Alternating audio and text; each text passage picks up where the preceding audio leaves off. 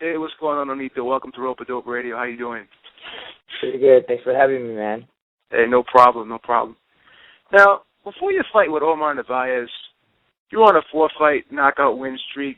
Because of that, do you think people were starting to get accustomed to seeing you knock guys out? And when it didn't happen in your last fight, do you think they were overcritical of your performance?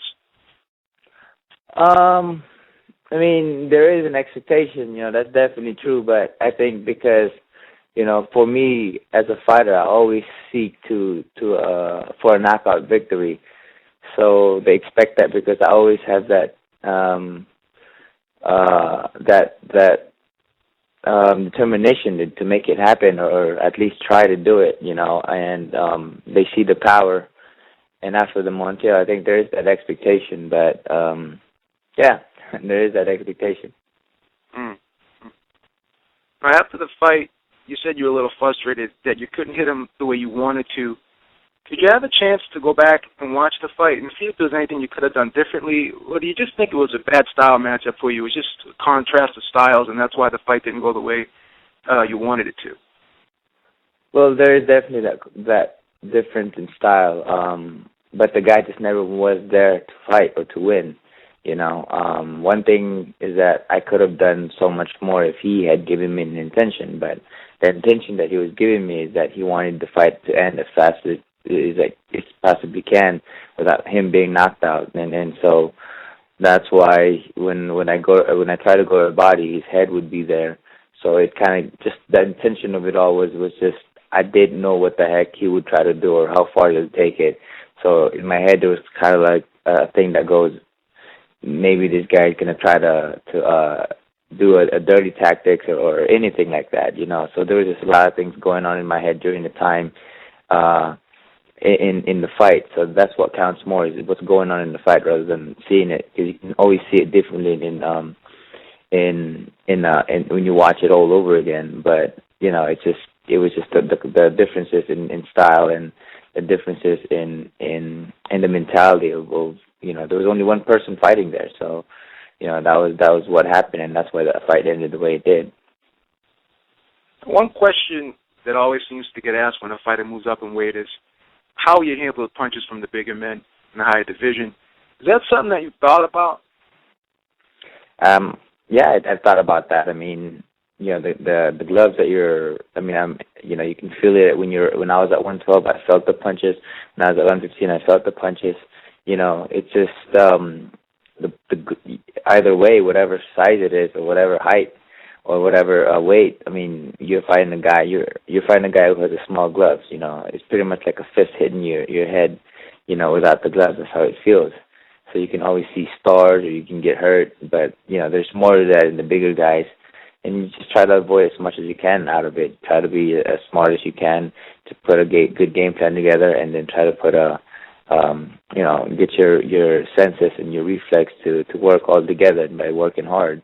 But yeah, there is definitely that chance of that, and that has in my head. But I want to move up. It's a challenge that I want to do. I want to see for myself, and as a fighter, you just don't really think about, oh, these guys are gonna hit harder. You just pretty much, I'm gonna win against this guy. I'm gonna knock this guy out. That's pretty much what goes in my head, rather than seeing that these guys are bigger and they're going to hit harder and stuff like that. Well, Alfredo Vasquez's fight against Jorge Arce when you lost his junior featherweight title, it appeared as though Arce's constant pressure seemed to bother him and cause him to fatigue in the later rounds. Is this something that you noticed, and is this something that you plan on doing? Do you plan on fighting an aggressive type fight with a lot of pressure against him? Well, actually, I haven't really watched the fight with Vasquez. I'll probably only see 1 or 2 or 3 rounds of his fight. But I haven't really seen the whole fight at all. I just know the whole decision of it, or the whole the ending of the fight. I just pretty much look at everybody as a high stake fight, as somebody who's an elite fighter. And I work as best as I can, and whatever is given to me, I usually work for that. I'm really not the type to wear people down. I'm really the type to outsmart people and get them in my trap and in my plan. So, yeah, it's pretty much what I do in each fight. Now, last year we had 2 tournaments in boxing. We had the bantamweights, we had the Super Six. Do you like the idea of tournaments in the sport, and is that something that you'd want to be part of in the future?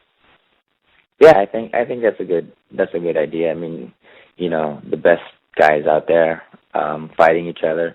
You know, all the belts, all the best guys. You know, that's good for boxing. It's interesting, and you're fighting the best. You know, I would definitely go for some type of tournament like that. Now, I know this is only going to be your first fight at junior featherweight, but already, you know, people are talking about Yuriorkis Gamboa. Do you plan on unifying the junior featherweight division first, or would you move up and fight Gamboa instead if it was proposed to you and the money was right? Well, it depends how my body grows from this point. You know, after this fight, I'm going to start using weights. I'm going to start using to take care of my body. You know, just pretty much being in the gym and try to increase my muscle size in terms of just from sprints to weights to weight workouts, you know, and stuff like that. And if my body doesn't grow as fast as I want it to be, then most likely I'll be staying at 122, you know. But, you know, that's what I plan to do is to reach the highest weight that I can, to be challenged and see what I can do from there, you know, where I can go from there. But first things first, you know, I just want to look at the 22s, and I want to get all the belts. That's always been me. I've always wanted to get all the belts and fight the guys, all the champions in the weight class. That's what we like to hear. Get all the belts. That's good. Now you're already most people's top 5 in the pound for pound, and if you continue to go up in weight and win the way you're winning right now, you know, someday you'll be number 1. How important is that to you, and is that something that you think about? I don't really think about stuff like that.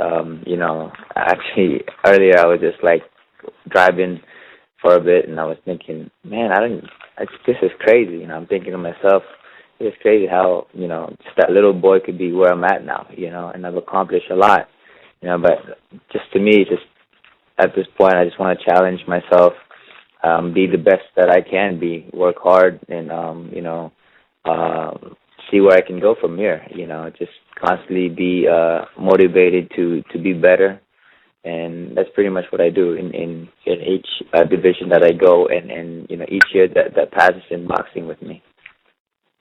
Great. Well, that was my last question, Nonito. I want to really thank you very much for taking the time out. It's always a pleasure talking with you. I'm going to go ahead and pass you on to Chris. Thanks a lot, man. Good luck February 4th. Thank you.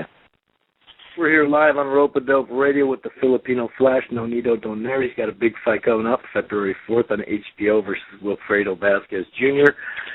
Nonito, 2011 was a tough one, man. You started with a great win, great knockout. It was our knockout of the year for Rope-A-Dope Radio and a lot of people. Knockout. How frustrating, it's kind of a two-part question, how frustrating was just having that momentum and then kind of falling in that in-between promotional company issue and having your whole year and all that momentum, and really some momentum you've started building over these last couple of years of really trying to grow your name and get the best fights. How frustrating was that in the middle of 2011, Nonito? You know, we did have that momentum going like crazy.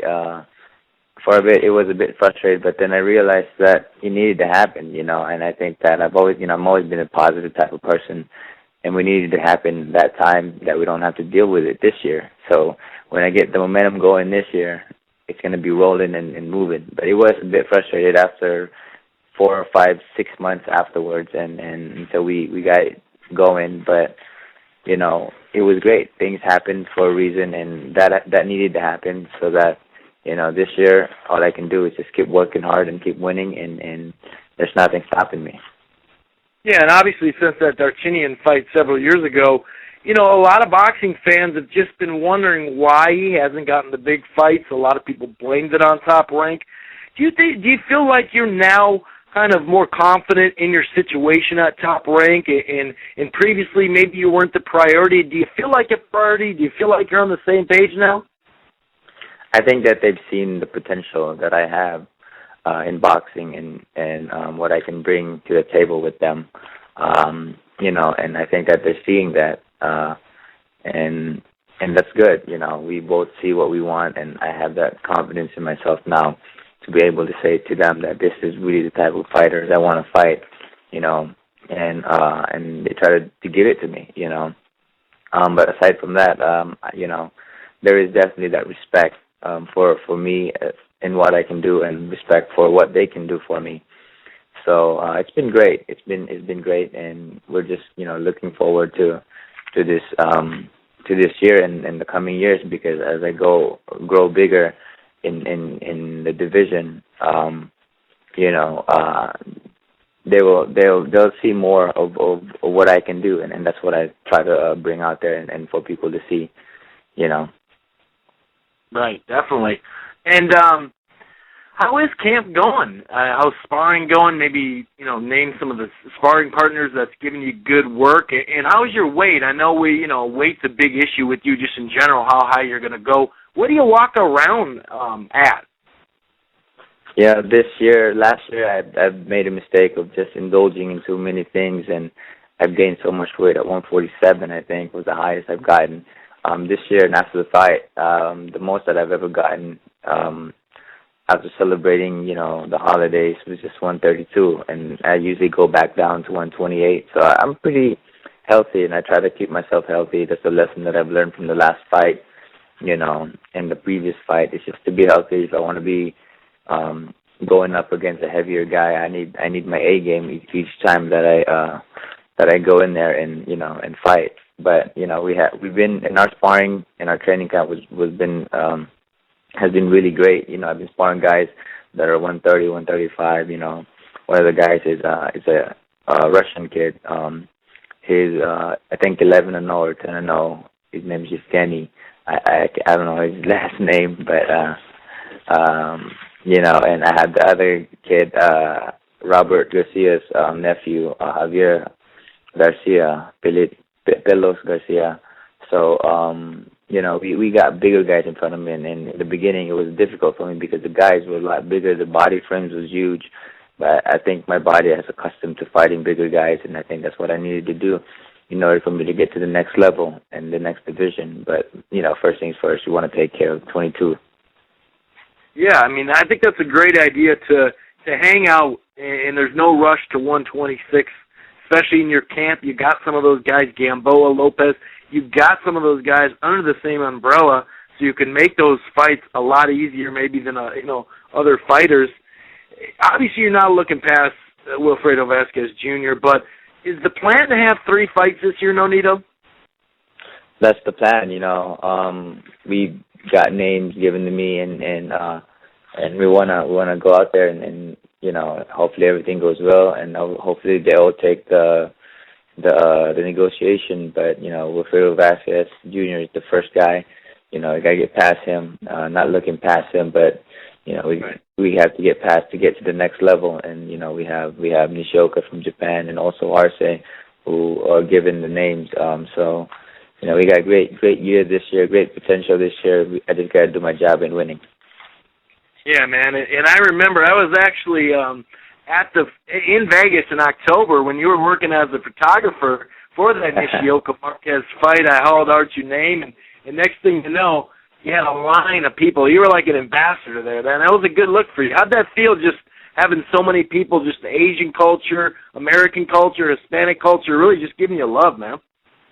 It's great, man. It's always great to have boxing fans out there and just enjoying boxing in general, and that's why we want to bring out there for each fight, just for everybody, no matter who you are, just to enjoy a fight, and that's pretty much what I want to go out there for, but it's always good, and I always have fun when I'm in a boxing venue, regardless if I have my camera or if I have the gloves in my hand.